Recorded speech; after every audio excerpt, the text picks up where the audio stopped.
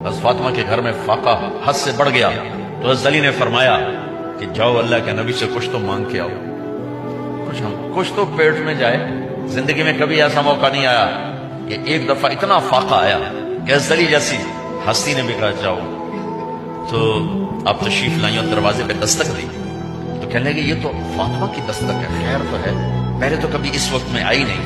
تو آپ نے ام ایمن سے کہا دروازہ کھولو۔ ام ایمن نے دروازہ کھولا تو آپ نے استقبال کیا، بٹھایا، پوچھا بیٹے کیا ہوا، اس وقت میں کیسے ہیں؟ کہ یا رسول اللہ بہت فقر ہے، بہت بھوک ہے، آپ کے پاس سنا کچھ مال آیا ہے، کچھ ہمیں بھی دے دیا جائے۔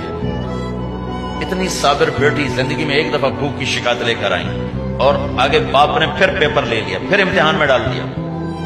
آپ نے کہا بیٹی میرے پاس 5 بکریاں کھڑی ہیں، دے دوں یا 5 دعائیں سکھا دوں؟ کتنا سخت موقع تھا، کتنا سخت موقع ہے کہ صبر کا پہاڑ بیٹی اتنی مجبور ہو کر آتی ہیں کہ یا رسول اللہ پورا حال۔ تو میرے نبی کہتے بیٹی یہ بکریاں بھی لے جا، دعائیں بھی لے جا، دونوں جمع کر دیتے، یا دعائیں بعد میں سکھا دیتے، بکریاں دیتے، ایک تو دے دیتے۔ پر امت کے غریبوں کو تسلی دینی تھی، چونکہ امت میں اکثر طبقہ غریب ہوگا، تو آپ نے کہا بیٹی 5 بکریاں دو یا 5 دعائیں دو؟ تو وہ سمجھ گئی اپنے باپ کے مزاج کو کہ ابا جان امتحان لے رہے ہیں۔ تو کہا ابا جان بکریاں چھوڑ دیں، مجھے دعائیں سکھا دو،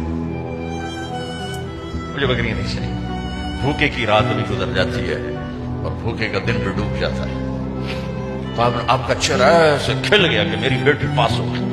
کہا بیٹی آپ تم دعا میں یہ کہا کرو یا اول الاولین یا آخر الاخرین یا ذا القوة المتین یا راحم المساکین یا ارحم الراحمین، یہ تیرے لیے 5 بکریوں سے اعلیٰ چیز۔